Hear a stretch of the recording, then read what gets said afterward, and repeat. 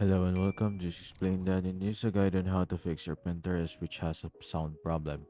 So open up your Pinterest, then go to that video that you are having the sound problem on. So for example, this one, the sound is not available to our region or country. So in here, just tap on the share icon at the bottom right, then tap on the copy link.